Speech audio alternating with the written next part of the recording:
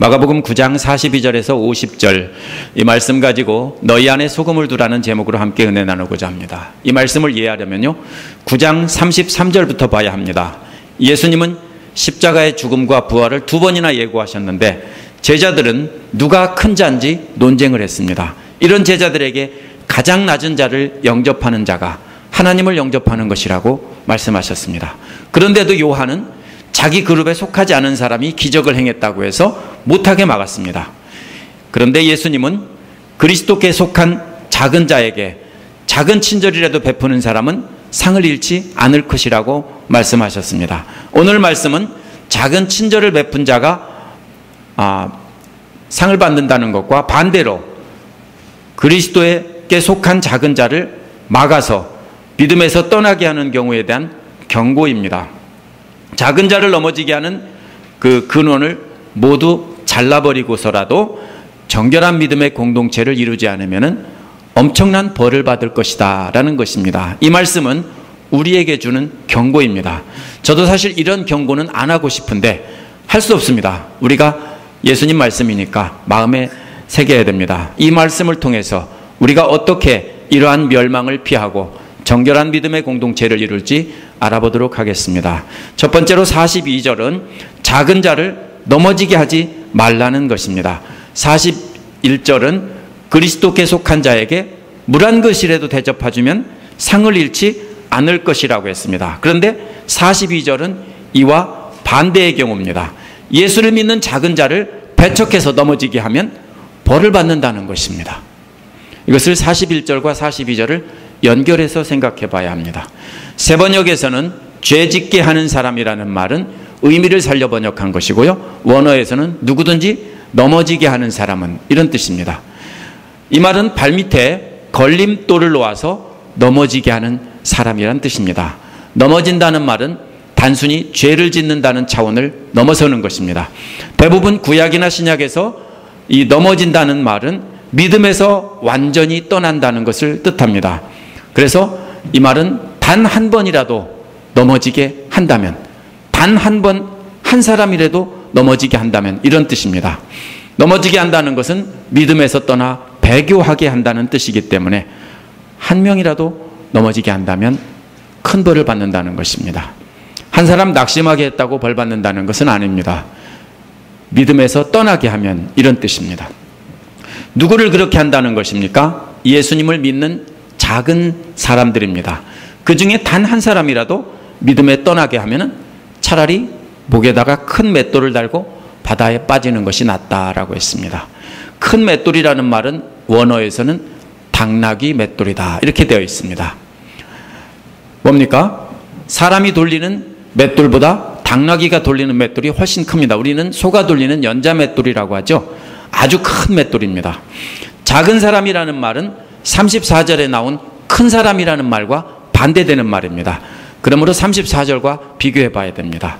제자들은 누가 더 큰지 관심을 두고 있는데 예수님은 가장 작은 사람에게 관심을 두고 계신 것입니다. 만약 예수님을 믿는 사람 중에 가장 작은 사람을 믿음에서 떠나게 한다면 차라리 당나귀 맷돌을 목에다 매달고 깊은 바다에 완전히 빠지는 것이 낫다라는 뜻입니다. 이는 듣는 사람에게 강력한 경고를 주기 위해서 사용하신 그림 언어입니다. 영어로는 이미저리라고 하죠. 그림 언어입니다.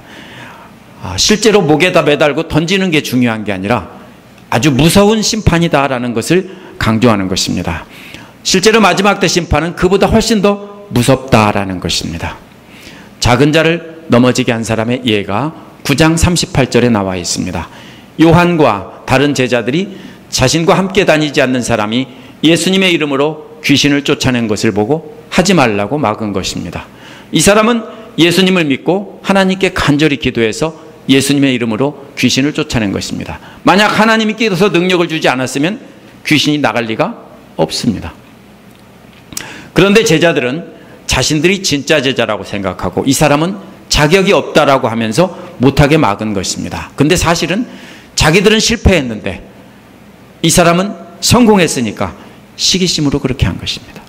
자기들만이 그 권한을 독점하려고 그렇게 막은 것입니다.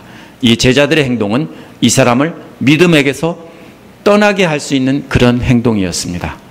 작은 자를 넘어지게 하는 그 예가 그에 대한 경고가 고린도전서 8장 9장에도 나와 있습니다. 고린도전서에는 우상 숭배를 하다가 회개하고 예수를 믿기 시작한 어린아이와 같은 사람이 나옵니다. 이 사람은 우상에게 드렸던 제물은 먹으면 안 된다라고 생각합니다. 그런데 성경에 대한 지식이 많은 사람이 내가 성경을 보니까 우상은 아무것도 아니야. 하나님만이 진짜 신이야. 그러니까 우상에게 드린 제물은 먹어도 상관없어라고 하면서 이 사람 보는 앞에서 우상에 대한 제물을 막 먹는 겁니다. 그래서 이 모습을 보고 믿음이 적은 자도 먹어도 되는가 보다 하고 먹다가 이 사람은 다시 우상의 신전에 가서 먹고 우상 제물에 빠지다가 완전히 믿음에서 떠나고 다시 우상 숭배를 하게 한다는 것입니다. 그게 고린도전서 8장 9장에 나온 이야기입니다. 만약에 그렇다면 바울은 평생 고기를 안 먹겠다는 겁니다. 고기를 먹는 게 잘못된 것이 아니라 혹시나 자기 때문에 다른 사람을 넘어지게 할까 봐 절대로 안 먹겠다. 로마서 14장에도 똑같은 이야기가 나옵니다. 바울은 믿음이 약한 사람을 비판하지 말라고 했습니다. 하나님 말씀에 근거해서 나는 옳고 너 그런 것도 모르냐? 그거 상관없어. 이렇게 하지 말라는 겁니다. 그런 사람을 비판해서 넘어지게 하지 말라고 바울은 분명히 경고했습니다. 자신이 믿음이 더 낫다고 생각하고 믿음이 약한 자들의 행동을 정죄하는 것은 사실은 교만한 마음에서 나온 것입니다. 나는 크다고 생각하고 나는 믿음이 괜찮다고 생각하면서 다른 사람을 보니까 어때요? 믿음이 하찮게 보여요. 그래서 그런 사람들에게 경고를 함부로 하는 것입니다. 이런 사람은 장차 하나님의 심판대 앞에서 받을 심판이 너무나 무섭기 때문에 차라리 목에 당나귀 맷돌을 매달고 깊은 바다에 꼬로록 가라앉는 것이 훨씬 낫다는 것입니다. 큰 맷돌이 바다에 던져지는 이야기가 계시록 18장 21절에도 나옵니다. 거기서는 큰 도시 바벨론이 깊은 바다에 그 흔적도 없이 던져져서 흔적도 찾을 수가 없게 된다는 내용이 나옵니다. 바벨론은 계시록 당시에 세상에서 가장 강력한 제국을 이뤘던 로마 제국입니다. 오늘날도 강력한 제국을 이룬 나라가 역시 바벨론이 될지도 모릅니다. 이런 것을 어떻게 합니까? 완전히 물속에 빠쳐서 심판하겠다는 겁니다. 흔적도 찾을 수 없이 하겠다는 겁니다. 이렇게 하나님은 누구든지 교만한 자들을, 그래서 다른 사람들을 넘어지게 하고 그런 개인이나 그런 교회나 그런 국가는 흔적도 없이 이렇게 멸망시키겠다라는 것입니다. 그러므로 누구든지 교만해져서 다른 사람을 넘어지게 한다면 너 왜 그래? 이렇게 하지 마세요. 그렇게 해서 넘어지게 한다면 뭡니까? 한 사람이라도 단 한 번이라도 그렇게 넘어지게 한다면 영원히 멸망시키겠다라는 경고입니다. 조심하셔야 됩니다. 두 번째로는 넘어지게 하는 것을 다 버리라는 말씀이 43절에서 48절에 나옵니다. 앞에서 나온 가장 낮은 자를 믿음에서 완전히 떠나게 하면 멸망하게 한다 했습니다. 그런데 예수님은 그 경고에서 멈추지 않고 그런 멸망에서 빠져나오는 방법을 가르쳐 주신 겁니다. 경고만 하고 해결 방법을 안 주면 안 되죠. 그래서 빠져나오는 비법을 가르쳐 주셨습니다. 근데 그 비법이 쉬운 게 아닙니다. 그 비법이 뭡니까? 한 손이나 한 발이나 한 눈을 빼서 던져 버리라는 것입니다. 그렇게 해서라도 몸 전체가 멸망하는 것에서 탈출하는 것이 낫다는 것입니다. 여러분이 만약에 어떤 곳에 물려가지고 여러분 몸 전체가 떨어져 죽게 생겼으면 팔 자르는 게 낫겠죠. 그렇죠? 끌려가지 말고 자르는 게 낫겠죠. 그런 소리예요. 다리가 물렸으면 다리를 잘라버리고 사는 게 낫겠죠. 그런 소리입니다. 첫 번째로 손이라는 것은 악한 것을 쥐고 있는 손입니다. 이는 소유욕을 나타냅니다. 원어를 보면 넘어지게 한다는 말이 손이라는 말보다 앞에 놨습니다. 원래는 뒤에 와야 되는데 앞에 놨습니다. 그래서 넘어지게 하는 행위를 강조했습니다. 넘어지게 하는 행위는 계속 습관적으로 반복되는 행위입니다. 앞에서 첫 번째 나온 넘어지게 한다는 것은 한 번이라도 넘어지면인데 여기서는 계속해서 습관적으로 넘어지게 하는 행위를 말합니다. 잘못된 욕심으로 계속 남을 넘어지게 한다면 그래도 다행인 거예요. 한 번만 그런다면 잘라버리는 게 아니라 여기서는 그렇게 만들면은 그 손을 잘라버리라는 것입니다. 물론 잘라버리라는 말은 완전히 그만두라는 뜻으로 그림 언어입니다. 진짜로 손 자르라는 뜻이 아니고요. 완전히 그만두라는 것입니다. 손을 잘라서 외파리가 되더라도 생명에 들어가는 것이 낫다는 것입니다. 여기서 생명이라는 말은 10장 17절에 나온 영원한 생명이란 뜻입니다.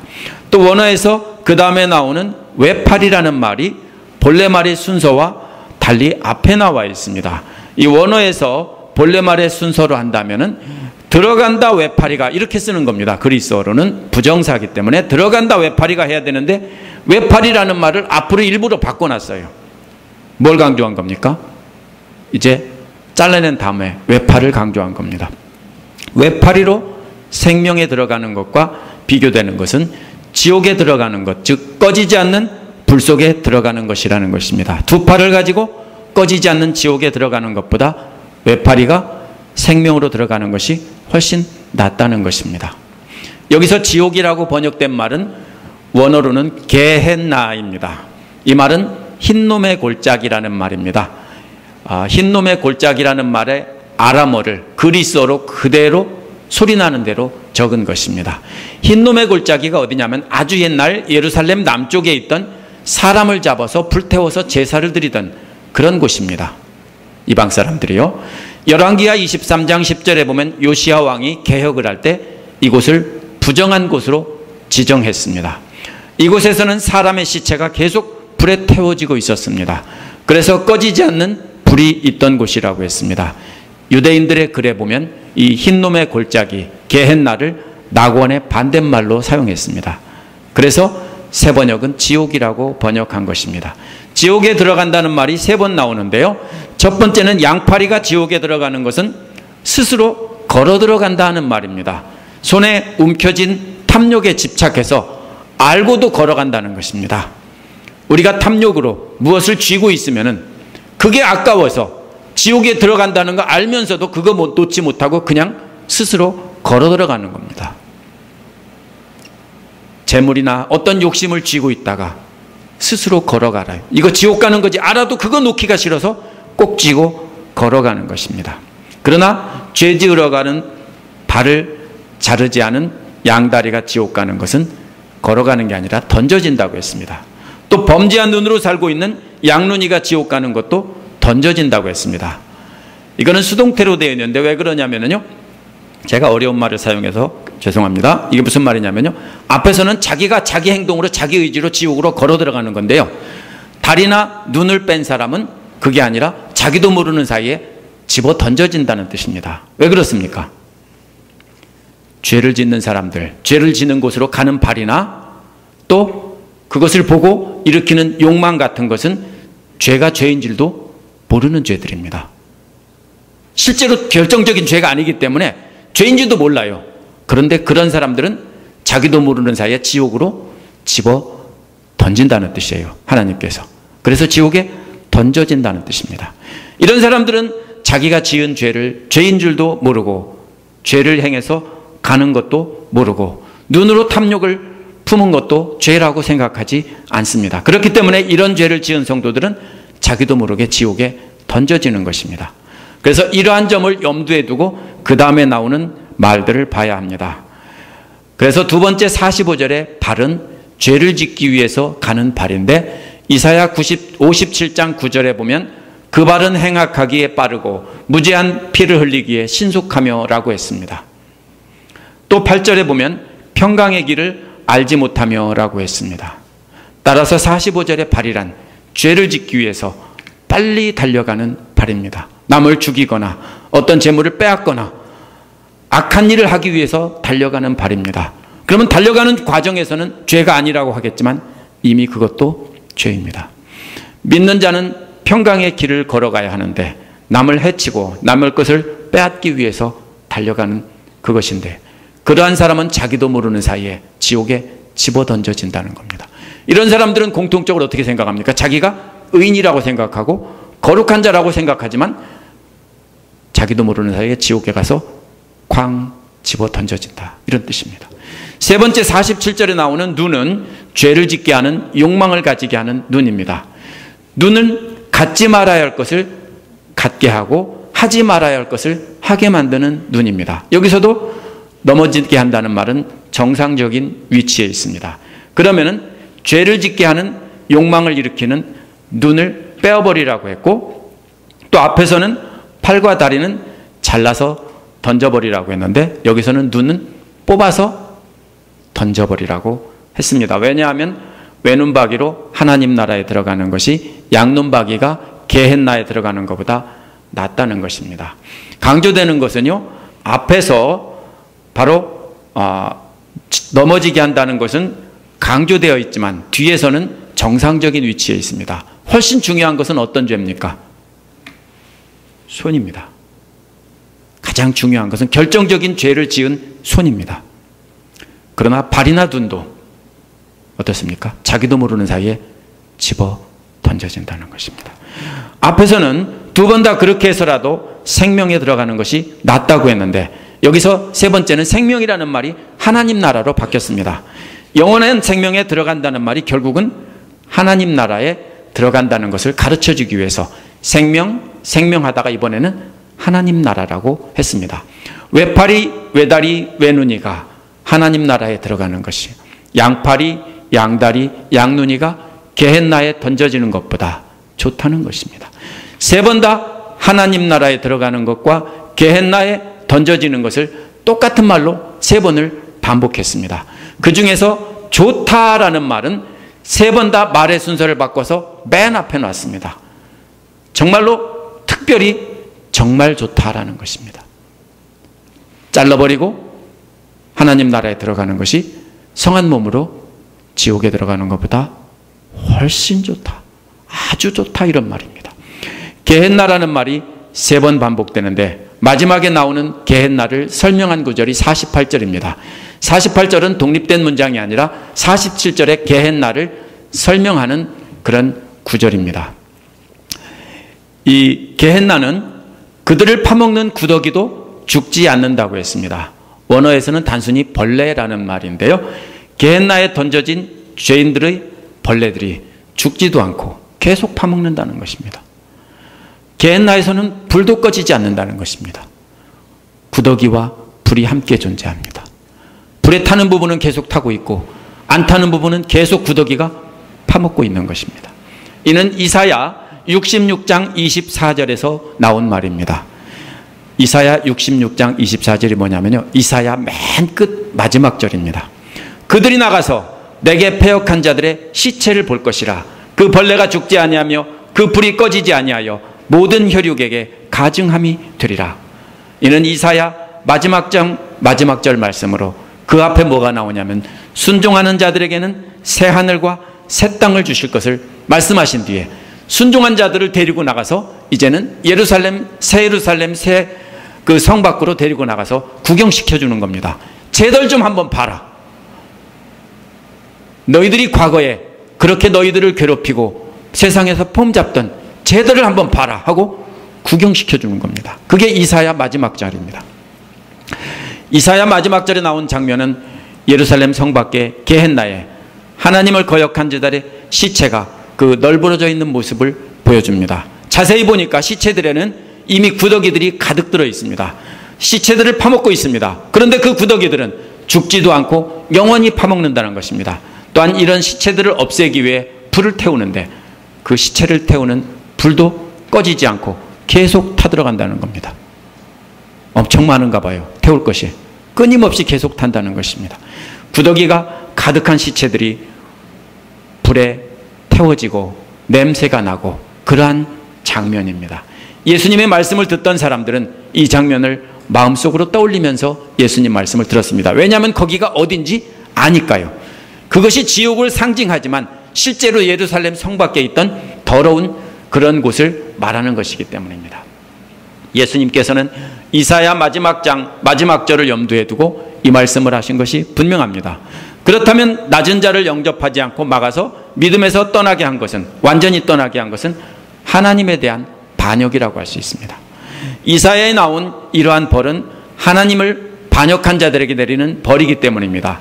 한쪽 팔, 한쪽 다리, 한쪽 눈을 떼내고 파내서라도 그것을 어디다 던집니까? 게헨나에 던져버리는 겁니다. 그것들이 내 대신 지옥에 가게 하고, 그리고 온전한 몸으로 전체가 게헨나에 떨어져서 구더기가 영원히 파먹고 불에 영원히 타는 것보다 낫다라는 것을 그림으로 그린 것입니다. 이 시간 우리가 이것을 그림으로 그릴 줄 알아야 합니다. 이사야에서는 미래형으로 되어 있는데 예수님이 이것을 현재형으로 말했습니다.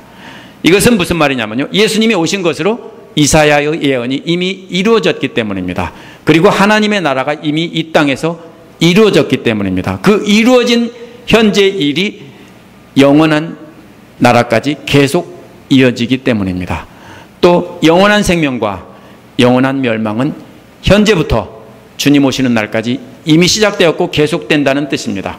또 주님 오시는 날에 완성될 것입니다. 그래서 현재부터 영원까지 진행될 것이기에 현재형으로 계속되는 것을 나타내는 현재형으로 이렇게 썼습니다. 그래서 예수님은 이사야 예언이 이미 이루어졌다라는 것입니다. 현재 진행되고 있다라는 것입니다. 지금도 진행되고 있습니다.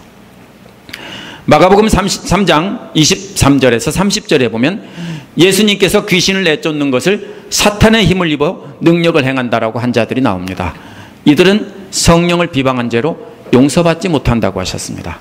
예수님의 이름으로 귀신을 쫓아냈는데 하면 안 된다고 막은 제자들도 역시 성령을 비방한 죄들이고 성령을 회방한 것입니다. 만약 귀신을 내어 쫓은 자가 이로 인해서 믿음에서 완전히 떠난다면 그 제자들은 영원히 용서받지 못할 일이 되는 것입니다.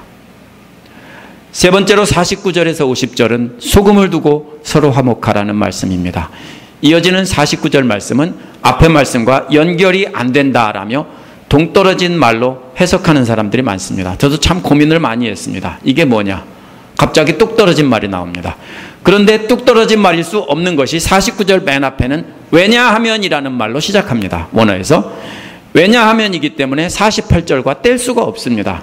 앞에서 나온 손과 발과 눈을 제거해 버리고 나서라도 어린 자를 넘어지지 않게 해야 한다고 말한 그 비유를 들어가면서 강조한 것, 그 이유를 말하는 겁니다. 왜 이렇게 말하는가 하면 이런 뜻입니다. 그렇다면 게헨나의 불과 49절에 나온 불이 연결되어야 합니다. 어떻게 연결됩니까? 앞에서는 게헨나의 불이고 49절의 불은 성전 제단의 불이라고들 말합니다. 그래서 연결되지 않는다라고 합니다. 예수님이 뭔 뜻으로 했는지 우리가 정확히 이해해야 됩니다. 오늘날 사람들은 예수님 당시 사람들이 다 알던 걸 모르기 때문에 이 연결고리를 놓치는 것입니다. 구약 성경에서 불은 정결하게 하는 수단으로 쓰였습니다. 악한 것은 태워 없애고 부정한 것을 태워 없애서 나머지를 정결하게 하는 것입니다. 결국 게헨나에서 태우는 것도 뭡니까? 정결하게 하기 위해서 태우는 겁니다. 우리가 전염병이 생기면 어떻게 합니까? 태워버리죠. 그것은 뭡니까? 벌을 주는 것이기도 하지만 다른 한편으로 보면 어떻게 하는 겁니까? 정결하게 소독해서 나머지 전체를 깨끗하게 하려는 것입니다. 따라서 결국 같은 불입니다. 무슨 불입니까? 정결하게 하는 불입니다. 그래서 마태복음 3장 11절과 12절에 보면, 또 누가복음 3장 16, 17절에 보면 요한이 오실 메시아를 예언한 말씀에 대해서 불의 두 가지 기능이 나옵니다. 첫 번째 기능은 쭉정이는 꺼지지 않는 불로 태우시리라 라는 말에서 나옵니다.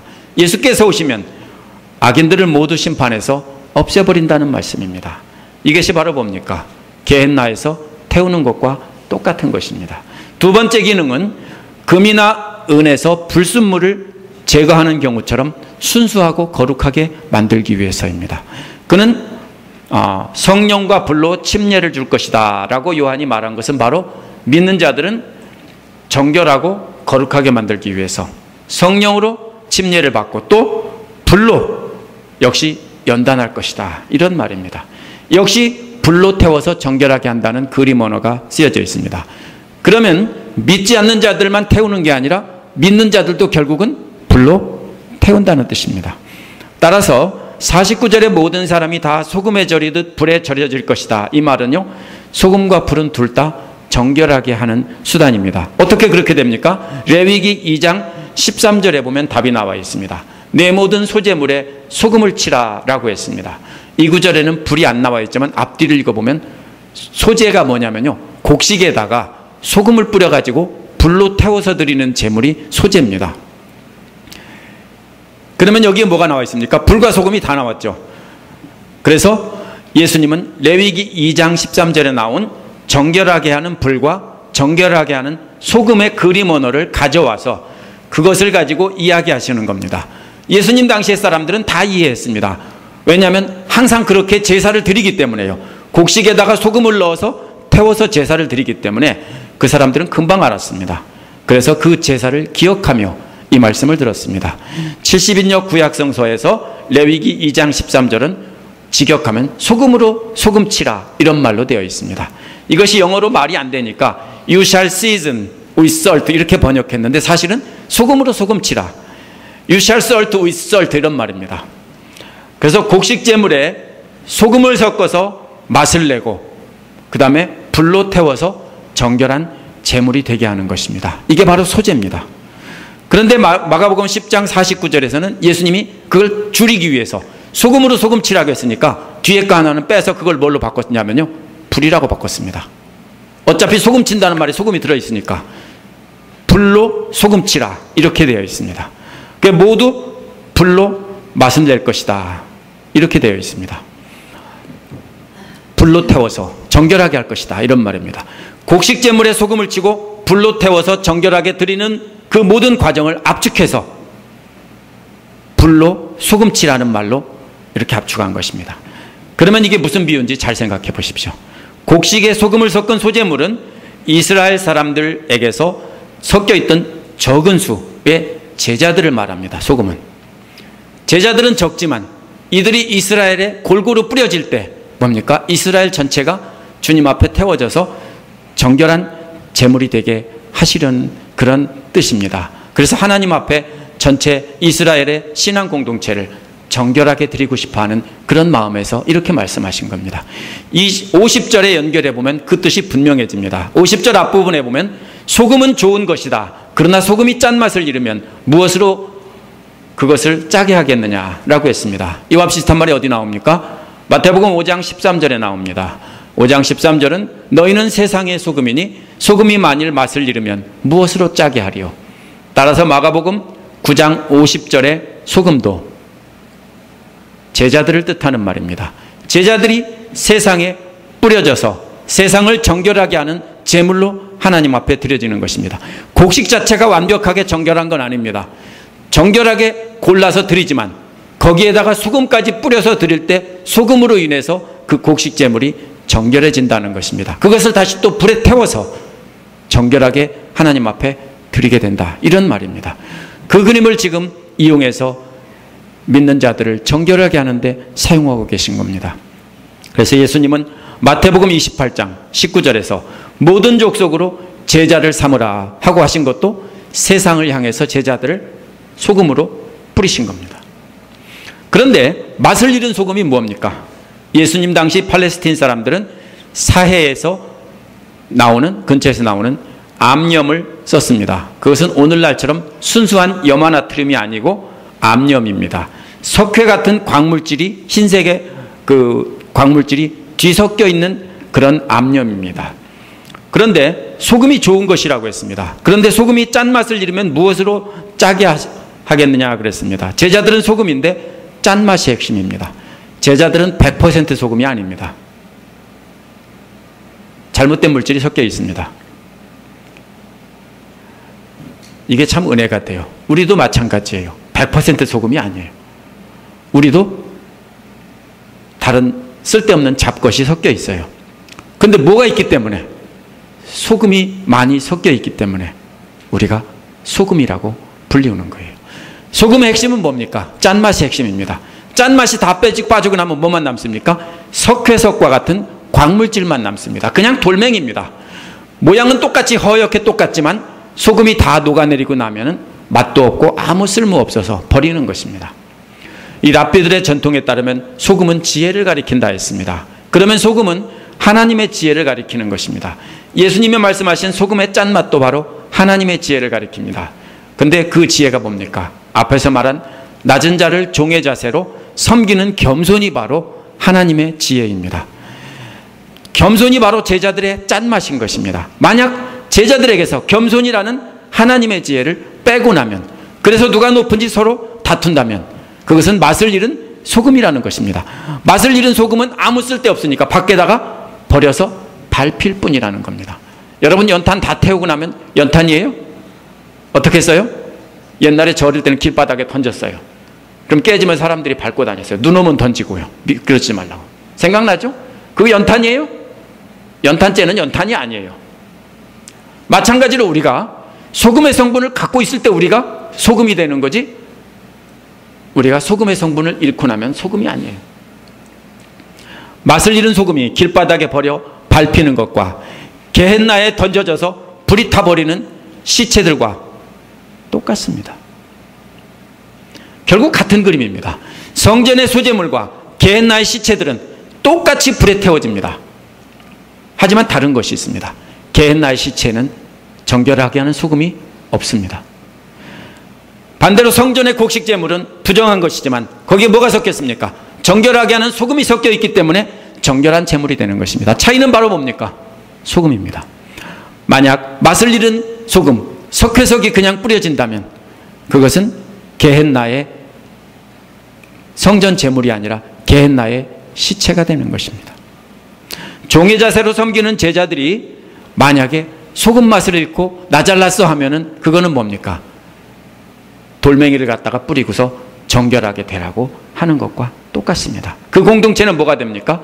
하나님 앞에 드려지는 공동체가 아니라 게헨나의 시체들의 공동체가 되는 것입니다. 마지막 두 가지 명령이 50절 뒷부분에 나옵니다. 명령은 두 가지지만 결국 하나입니다. 하나는 비유이고 하나는 그 비유의 결과를 해설한 것이기 때문입니다. 이 말씀이 바로 오늘 말씀의 결론입니다. 첫 번째 명령은 너희 안에 소금을 두라는 것입니다. 제가 앞에서 뭐라고 해석했습니까? 겸손이라고 그랬죠? 그리스도의 모습을 닮은 겸손입니다. 너희 안에 그것을 두라는 것입니다. 각자의 개인 안에도 두지만 그것을 담은 사람이 공동체 안에 있어야 되는 겁니다. 여러분이 바로 뭡니까? 곡식 제물입니다. 다 알알이 곡식인데 그 중에 뭐가 섞여 있습니까? 소금이 일부 섞여 있는 겁니다. 전체가 다 소금이 아닌 겁니다. 적은 수가 소금이 들어가 있는 겁니다. 그래서 첫 번째 명령은 너희 안에 이 소금을 두라는 것입니다. 우리 개인 안에도 두지만 공동체 안에도 있어야 됩니다. 가장 낮은 자세로 겸손히 섬기는 제자들이 교회 안에 있어야 된다는 것입니다. 그래서 소돔과 고모라가 왜 멸망했어요?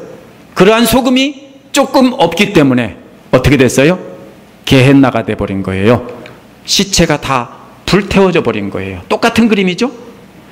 거기에 소금이 들어있다면 뭐가 되는 거예요? 하나님 앞에 드려지는 제물이 되는 거예요. 아브라함이 몇 명 계속 줄이다가 결국 실패했어요. 왜? 소금이 없어서요. 겸손히 이렇게 낮은 자세로 섬기는 제자들이 교회 안에 있으면 그러면 나타나는 현상이 뭡니까? 평화입니다. 화목이라는 말은 평화라는 말입니다. 바로 그렇게 한다면 뭐가 되는 겁니까? 공동체 전체가 평화로운 관계가 되는 것입니다. 만약 반대로 이러한 겸손이 없으면 평화는 깨지고 게헨나가 되는 것입니다. 아주 간단해요. 왜 싸웁니까? 내 마음속에 조금이라도 교만한 마음이 남아있기 때문에 내가 너보다는 그래도 조금이라도 낫지 이런 마음이 있으면 싸우는 거고요. 아니 내가 진짜로 말로만이 아니라 진짜로 낮아진다면 싸울 일은 없습니다. 이래라 하면 이러면 되고 저래라 하면 저러면 되는 거예요. 왜 싸워요? 싸우는 게 참 많아요. 게헨나예요. 소금이 없어서 다 멸망할 게헨나가 되는 거예요. 제 말씀이 아니고 예수님이 경고하신 거예요. 그런데 49절에서 불로 맛을 낸다고 했기 때문에 소금이 바로 제자들의 공동체 안에 있어서 그대로 불같은 시험을 통과해야 된다는 뜻입니다. 단순히 섞여만 있어서는 끝나는 게 아니에요. 섞여진 다음에 그 다음에 불로 태워지는 것처럼 불을 통과해야 된다는 것입니다. 그게 바로 뭡니까? 그 불이. 앞에서 말은 다른 형제를 넘어지게 하는 팔 자르고 다리 자르고 눈 파내고, 이것이 바로 불을 통과하는 거예요. 그렇게 고통스럽게 자신의 탐욕을 잘라버리는 것이 바로 불로 맛을 내는 것입니다.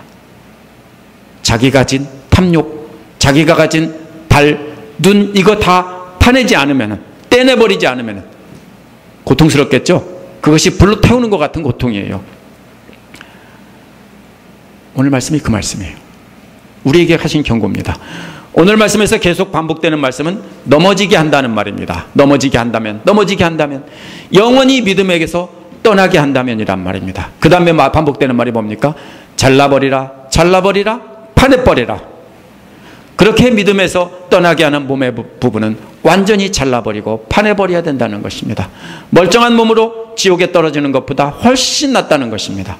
믿음이 약한 자들을 종의 자세로 섬기지 않아서 그들이 영원히 떠나게 한다면 그러한 몸의 부분은 다 잘라버리는 아픔을 통해서라도 그러한 교만은 완전히 끊어버리지 않으면 안 된다는 것입니다. 근데 끊어버리는데도 강조점이 있고 순서가 있습니다. 한번 보겠습니다. 가장 강조된 것은, 제일 먼저 버려야 될 것은 손입니다. 손은 실제로 나타난 범죄입니다. 손 안에 탐욕을 쥐고 있으면 가장 먼저 그것을 먼저 버리는 것입니다. 그리고 그 팔을 잘라버리는 심정으로 완전히 끊어야 합니다. 이것이 겸손해지는데 방해가 되는 중요한 요소이기 때문입니다. 가장 먼저 잘라야 합니다. 그 다음에 잘라야 될 게 뭡니까? 발입니다. 왜? 그것을 행하러 가는 발을 자르는 겁니다. 직접적인 악은 아니지만 탐욕이 있는 곳으로 가게 하는 발걸음조차 잘라버리라는 것입니다. 마지막에는 눈을 파내는 겁니다. 눈은 탐욕을 일으키는 시작입니다. 그래서 눈을 마지막으로 파내라고 한 겁니다. 실제 죄의 순서는 뭡니까? 눈에서부터 시작해서 발로 가고 손이 마지막 범죄인데 어떻게 됐습니까? 먼저 거꾸로 파내는 겁니다. 여러분이 만약에 뱀에 물렸으면 제일 먼저 뭐 합니까? 먼저 잘라버리든지 묶든지 그것을 가까운 데부터 먼저 막는 게 우선이에요. 그렇죠? 마찬가지예요. 우리가 먼저 썩은 부분 먼저 잘라내고 그 다음에 그것을 썩게 하는 원인이 되는 것까지 다 없애라는 것입니다. 이게 예수님이 그냥 말한 게 아니에요. 이렇게 순서를 가지고 말한 겁니다. 이렇게 하는 이유가 뭡니까? 우리가 속한 공동체를 하나님 앞에 거룩하게 드리기 위해서입니다. 다시 말하면 맛이 나는 소금이 되기 위해서입니다. 우리로 인해서 공동체 전체가 맛이 나고 거룩해져서 함께 구원받게 하려는 것입니다. 여러분이 소금이 되면 다른 사람들이 구원을 받습니다. 여러분이 맛을 잃은 소금이 되면 뭐가 됩니까? 모두가 다 지옥에 빠지게 해서 게헨나에 불타버리는 시체들로 되어버립니다. 소금이 없어서 구더기가 파먹는 거예요. 그래서 우리가 맛을 내는 소금이 되는 비결은 탐욕을 끊어버리고 겸손히 낮은 자를 섬기는 종이 되는 겁니다. 교만하여 연약한 자를 믿음에서 떠나게 한다면 게헨나에 던져져서 영원히 죽지 않는 구더기가 살을 파먹고 영원히 꺼지지 않는 불이 그곳에 살을 태우는 곳에 던져집니다. 그 예가 요한 3서에 나오는 두 사람이 나옵니다. 10절에 나오는 디오드레베는 악한 말로 사도 요한 일행을 헐뜯고 형제들을 받아들이지 않고 받아들이려고 하는 사람까지 방해해서 교회에서 내쫓는다 했습니다. 이 사람이 바로 디오드레베입니다. 게헨나에 떨어질 사람입니다. 전체를 다 게헨나에 떨어지게 하는 사람입니다. 반대로 12절에 나오는 데메드리오는 모든 성도들에게 완전히 증명된 사람이고 진리 그 자체로도 증명이 된 사람이고 또 요한 일행에게도 증명이 된 사람이라는 것입니다. 따라서 겸손한 자는 모든 성도들에게 증명이 돼야 되고 말씀으로 증명이 돼야 되고 또한 교회 지도자들에게도 증명이 돼야 하는 것입니다. 그래서 성 어거스틴은 기독교에서 제일 가는 덕이 무엇이냐고 물었을 때 겸손이라고 했습니다. 그럼 두 번째로 큰 덕이 무엇이냐고 했을 때 겸손이라고 했습니다. 세 번째로 큰 덕이 무엇이냐고 했더니 또 겸손이라고 했습니다. 어거스틴의 말이 아니라 예수님의 말을 어거스틴은 그대로 반복한 것입니다. 자신의 팔을 다르고 다리를 자르고 눈을 뽑아버리는 심정으로 우리의 교만함을 버리고 가장 낮은 자세로 섬기지 않으면 안 된다는 것입니다. 그것이 바로 우리 가운데 겸손에 소금을 두는 길이고 서로 평화의 관계가 되어서 함께 거룩한 제물이 돼서 우리로 인해서 다른 사람이 구원받게 하는 길입니다. 기도하시겠습니다.